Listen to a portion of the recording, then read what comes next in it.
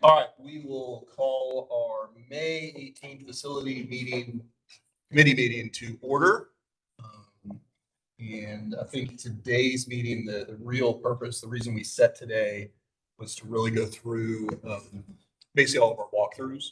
So everybody knows we did a whole lot of walkthroughs, all sites, we went to all of them. And so I wanted to kind of consolidate everything into one place and just talk about it and then go from there. Sound like a plan? I like a plan. Like it. So whoever wants to take over from there, have at it. So thought we might, I think Tony had thought about doing a quick update before we Yep. get to the walkthrough, so we can go through that real fast first. Sure, just really quick, we're still awaiting conveyance of the property. The big news at Somerville Elementary is we've got a tentative final inspection date.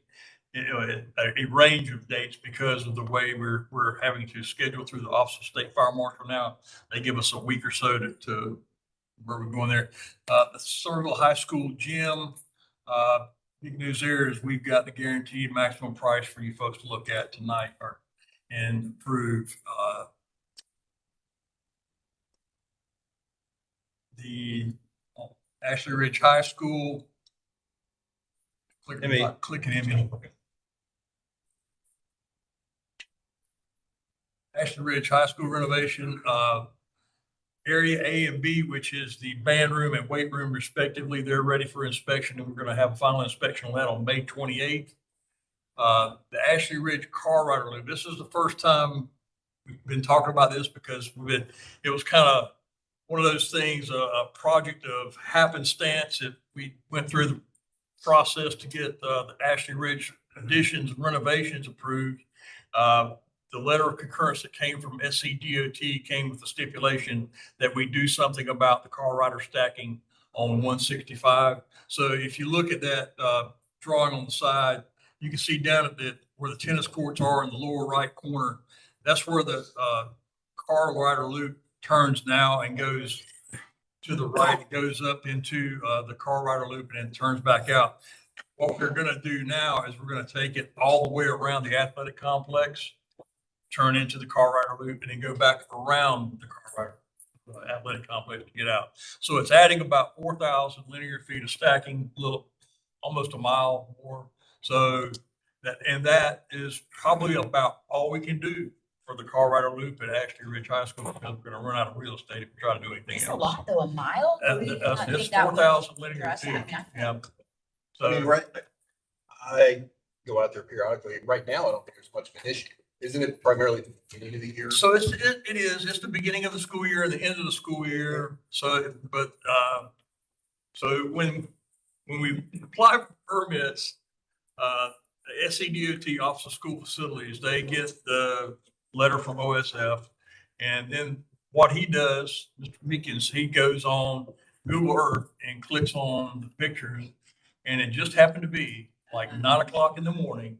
So at the worst time of day, at the very beginning of the school year, and there was quite a lot of traffic out there. So we're going to do something about it. And it's, And we do get a few complaints, parents are picking up their child there that they're way out on the road, and we do see a little bit of that at the end. So this will help. We're hoping this will take care of it. Fort Dorchester High School classroom, we've got that back out to the bidders this week or last week, and we're going to have the numbers back to us within the next 30 days or so. Knightsville Elementary School campus upgrades. The schematic design is completed, and he immediately started working on the design development. So we've got it's pretty exciting. We're adding about 80,000 square feet, and we're only taking away probably about 30. So adding quite a bit of room out there at Knightsville, and it's going to make the campus circulation around that campus a lot better as well. The other two projects, the three projects are the Oak Brook projects. Those, we ran into a snag with the Office of State Fire Marshal there. We went to schedule the final inspection. The BDA, which is the bidirectional antenna for the emergency responders, that was a project that we had scheduled for this summer. But Fire Marshal said, well, life safety code says you have to have it before we can inspect. And so it wasn't part of our original intent to do it at the same time as the additions. But now we are pressing our vendor to, let's go ahead and get that campus done so we can get this inspected. So when we get the BDA in, we'll get that inspected. The bus maintenance facility, we've got kind of we pour the concrete in a monolith slab. We take a little pause for about 15 days, let the concrete cure good before we start putting steel on it. And hopefully one day this week, they're going to start erecting that building out there in the transportation folks.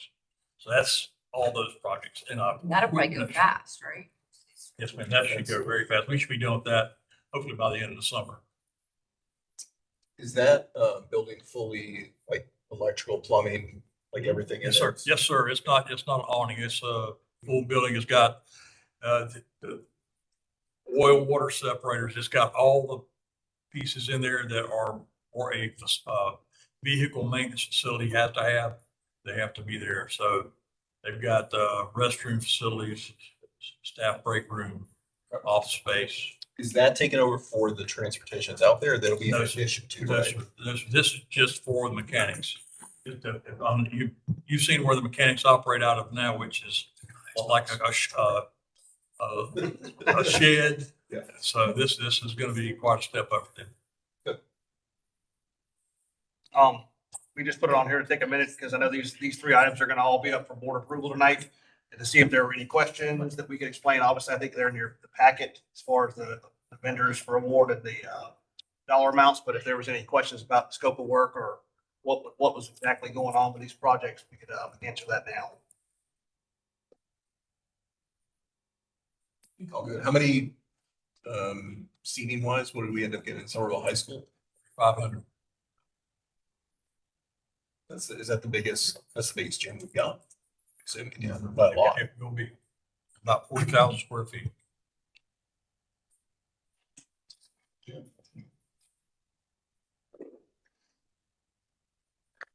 Just a quick update on the track at Ashley Ridge.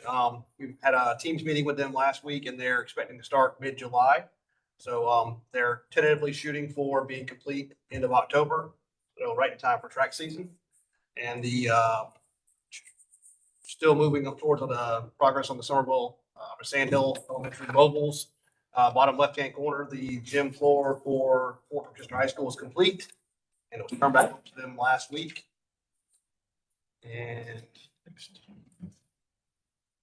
so gonna get to the meat of the facility walkthrough. So I kind of just did 3 slides, well, 4 slides actually. The first slide you'll see kind of has the stuff that we've already been able to accomplish. So these are projects that were requested on our walkthroughs that we have already completed at this time. So prior to get to the summer, those are completed. I don't know if y'all, just as you want to just go through them, you want to go through them line by line, or how do you? I would leave it up to everybody else here. For me, I think just high level. Okay. I think big ticket items. Okay. All right, so one of the bigger ticket items on here was getting the outdoor locker rooms at Fort Rochester High School converted so they could be male and female. And so that's been accomplished. That was about a $45,000 price number on that job. So we still have a couple things to do out there, which is partly for our 8% next year, new roof on that building and a new HVAC, but everything is operational currently. So we'll just be replacing that through routine maintenance next year. Tennis courts at Ashley Ridge High School, they needed a shade structure for their students that are out there practicing. And so we got that installed a couple of weeks ago. The Austin Middle School and Austin Bailey had some fencing concerns, and we got that taken care of with some candy bar gates and some fencing. There were some small things like doors that weren't latching in the courtyards at Fort Rochester Elementary, so we took care of that. One of the bigger ticket items that would have been a bigger ticket item is the roof at K2. So our vendor, the actual owner, the representative of the manufacturer actually owned up to it, and they replaced it for under warranty. So they replaced about 90% of the roof under warranty. So, you know, that was nice. They actually stood up and did it because it's about, I think, 12 years old at this point. I did try to get another warranty extension on it because of the repairs. They said no, that when it runs out, it's done. Have an effort. Yeah, that's right. I even tried to pay for it. I said, can I buy a warranty? And they said no. We also looked at some restroom work. Are you getting all the phone calls now about an extended warranty? Yeah. Yes. Windsor Hill, we ended up painting the multipurpose room cafeteria and their group restrooms, so that got accomplished. For some reason, some of the restrooms, the paint didn't bond, so we're gonna have to go back in the summer and the vendor's gonna fix it, but not sure why that happened, but they look good for a couple weeks until the kids started peeling them off. Next slide. So this slide just reflects the stuff that they would ask for, and we're gonna do it, and it's mostly gonna happen this summer, so it's quite a large amount. I didn't mention it earlier, but the green stuff, we've already spent about 114,000, I think, of stuff that we've done so far. These projects total up to about 251,000. So that'll happen this summer. Some of the big ticket items you'll see in here are the Beach Hills asked for new media center carpet. We've got that approved. We're gonna be repainting the interior of the Gregg Middle School gym, which is about $40,000, including all the way up to the rafters.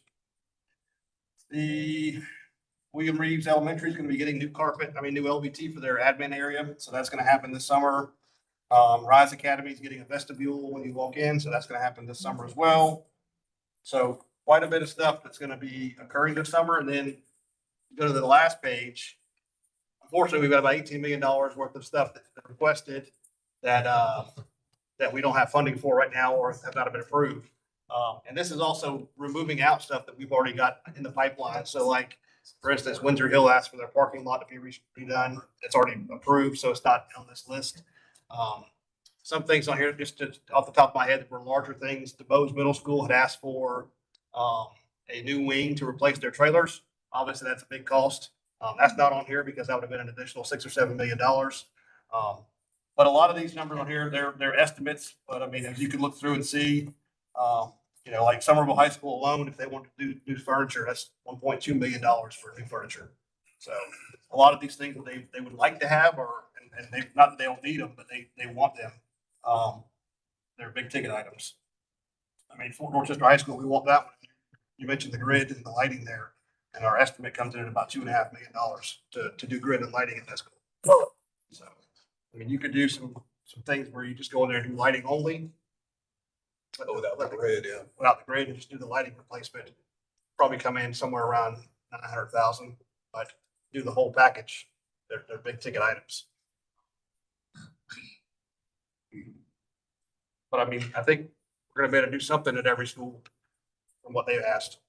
Obviously not some of the bigger ticket items. And I think this list is very helpful, especially if you go to any sales tax for projects or anything outside when there's not enough random. If that's the case, these are great things to have here as part of that list. Well, and I think that's the message, right, to the community to say, hey, we're tapped out. Right. What's our percentage that we put towards capital? Would you say every year? Just for like routine type facilities type stuff? Outside of the 8% funding, you mean? Just O&M? Probably $6 or $8 million. Say 8, so 8 million. That would be just like hiring contractors to do things and replacing units here and there. We run through that pretty quick. Backflows, things like that, yep. Like I said, there's some stuff on this unfunded that we're gonna try to see if we can find a way to do, but, A lot of requests for desks and chairs. yeah. Well, we've never had a real program. Usually when principals would have to come up with half, and then we do try to do a couple rooms, like when I was at Somerville with COVID. One of the major benefits of COVID, we didn't spend money, so I got to buy a lot more furniture. So, but we've never really had a plan until now, and Jeff and Tina, myself, and just been kind of trying to find those schools, and most deans start working our way through. It gets quite expensive. when See you start that, looking. that's why, yeah.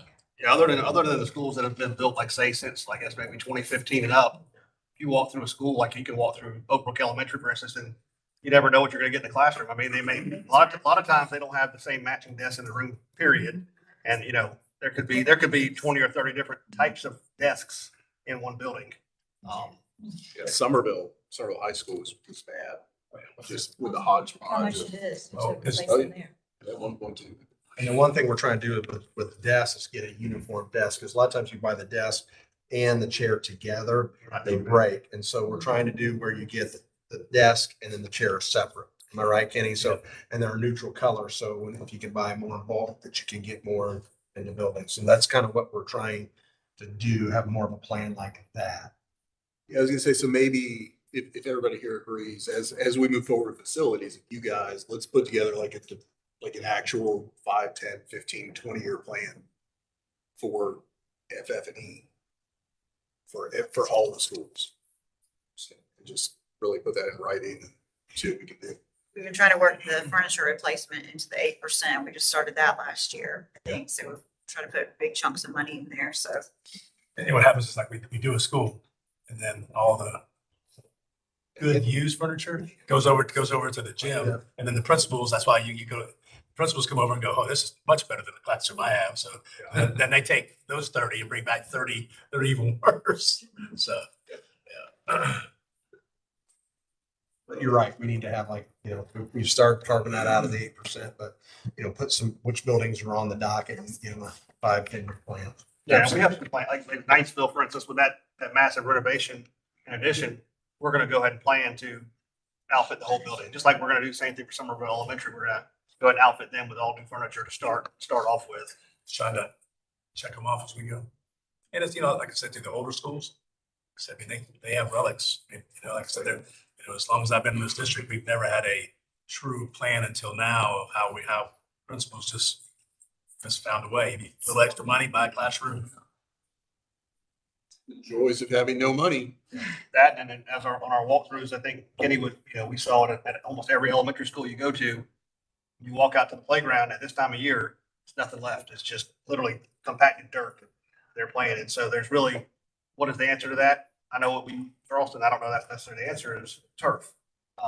That has a shelf life 10 to 12 years when you have to replace it. So it's not a put it down and walk away, but it does gain you some relief, because I think where we had Joe Pye, I mean, it's just desolate out there. There's nothing. What normally is it?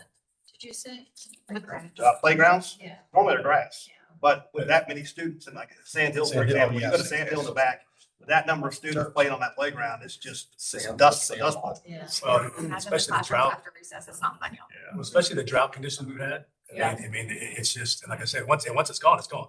And with our poor housekeeping, I mean, they're having to go over there several times a day because when the kids come in, it looks like, we've let some wild folks come through. So. And maintaining grass on a playground, you'd have to have irrigation. It's not feasible. You'd have to hire somebody to fertilize it because you'd have to push it in order to keep it up. So, yeah, and there's no, I mean, we talk about expensive to do. That would be a nightmare. And you gotta figure like some of these, I mean, all day long. I mean, one grade comes in, next grade goes out, and it's all day long. So, I mean, grass can only handle so much. Most, I think they're all the elementaries are doing I think it's 20 and 20 now. So they're out there from like 8:15, 8 o'clock in the morning until almost 2 o'clock. So. I mean, that said, I will say, it feels like we've made some headway on the playground side of it, just in general. We've put a lot of capital, and I know a lot of PTAs have stepped up. We've put in a lot of money, but it feels like the playgrounds are better than they were just a few years ago. And we, just like the desk, we've come up with Jeff's come up with a plan of, hey, who's next, let's try to get them on board, So then once we have that cycle, it continues. Like, the big one we're looking at is East Edison, don't even look at middle schools because of, out there, they don't, any place, there's nothing. And so we're trying to get turf, kind of like what they did at DeVos and Austin. Yeah, where did we, because we talked about that specifically, because I didn't realize we have that land behind there. But it's a matter of like clearing out those trees, and that's The trees that we can clear. right, without paying out the.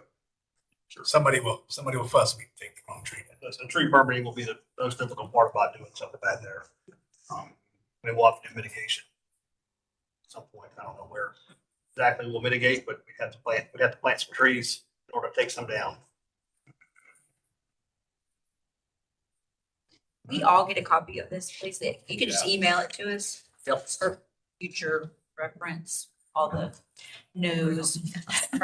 When people tell us We have many things that we could add to this too.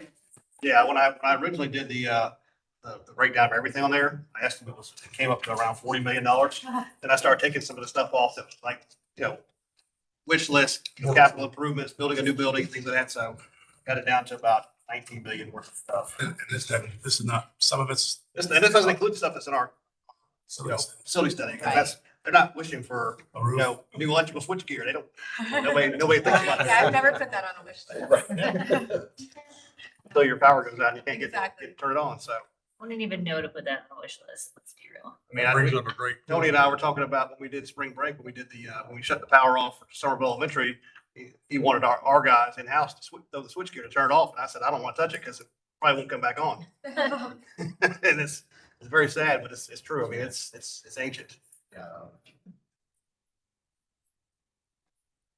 So penny sales tax will not go unused. If it ever happens, if it does happen. It may behoove us to possibly explore the options of a updated facility study at some point. I mean, the last one was done in 2018, and I think it was actually given to us in 2019. So it's starting to age. We've got a lot of stuff knocked off of that list. Sure. It's Well, we also talk about a lot of the roofing we've been doing in the last couple of years. So we're only doing the F grades. So they graded all of our roofing systems. So it goes from A to F. So we haven't touched any Ds, Cs, and you know, you figure that roofing study was sure done a in lot of those. 2020. Are- So now. So some of your Ds are now Fs. So we really have not scratched the surface of the roofing needs that we have out there as well. So How hard would it, is it possible to just like update that study, not do a full study Yeah. just for the sake of time? Like, what would that, would we be able to do that? Like focus on? I think just- we could probably use that study and narrow the scope of what was done to possibly structural roofing or whatever, just pieces of it. And instead of doing a full blown, ground up type of study. If the county does go for that penny, then we need this. Oh, yeah. So, We got lists. yeah, We have a, Like I said, this is their list. It's not even the list of, like. we have a list for our lists. That's right. Every Monday. Pretty we- good list. we have Yeah, an they have ad lists. list. Every Yeah. Monday we add. Our lists have lists. And you're ready to get hot soon, so you know what that means, right? yeah. Air conditioning. All of a sudden you get all these AC calls and. The AC starts to work too hard and sweat. What schools are in use over the summer? Main schools are in use? So your summer school programs are East Edisto Middle. Eagles Nest has programs, correct? Flower Town, Our town's fully occupied. And then all the three high schools, Rise. Rise Academies, where all the district PD and trainings are gonna occur. And I think we're gonna have LEAP at, Yep, I'm trying to pull it up now because is gonna be at, Sand Hill. As well as you have, Gateway, which will happen in Rawlings. Pathways will happen at Sand Hill. And we've got, I wanna say we've got Windsor Hill. They're not having a program? No, I'm moving stuff from Windsor Hill to Sires. Yeah. For LEAP. So LEAP is occurring at Yeah, Sires. Windsor Hill and Eagle Nest don't usually host it the same year. We alternate there. Not half the campuses. Yeah, I think folks forget that we still use our facilities in the summer. And then it takes all summer too to clean them and fix them and get them back ready to go. That's the hard part, because you got principals like, I need a summer off. I need a summer to get my building straight, because, when you have that stuff roll in, that means you gotta do a little upfront. Jeff does a good job at spring break trying to hit some, But then you get that mad rush right after the program's done to get it ready for the kids to come back, so. Apologies, it's not really facilities, the food program. Are we doing that this summer? I'm assuming. Feed program, what are we doing that at? Oh, that's a great question.